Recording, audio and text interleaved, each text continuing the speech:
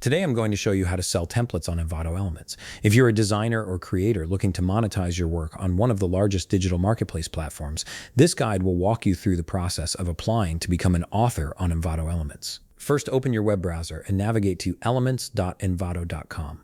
Once the page loads, go ahead and log in with your credentials to access your account.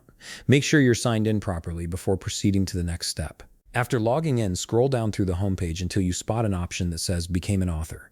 This is the gateway to joining Envato Elements as a content creator and seller.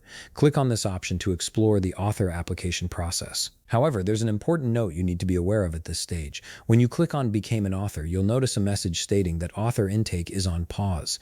This means Envato Elements is not currently accepting new applications to become an author on their platform. This is crucial information because it indicates that the application process is temporarily closed. If you want to understand more about this pause and get additional details about when applications might reopen, click on Read More. This will expand the information and provide you with a clearer picture of the current situation. The expanded message will reveal that applications to become an author are currently closed. More specifically, it states that from mid-April 2026, Envato Elements will reopen applications for some content types.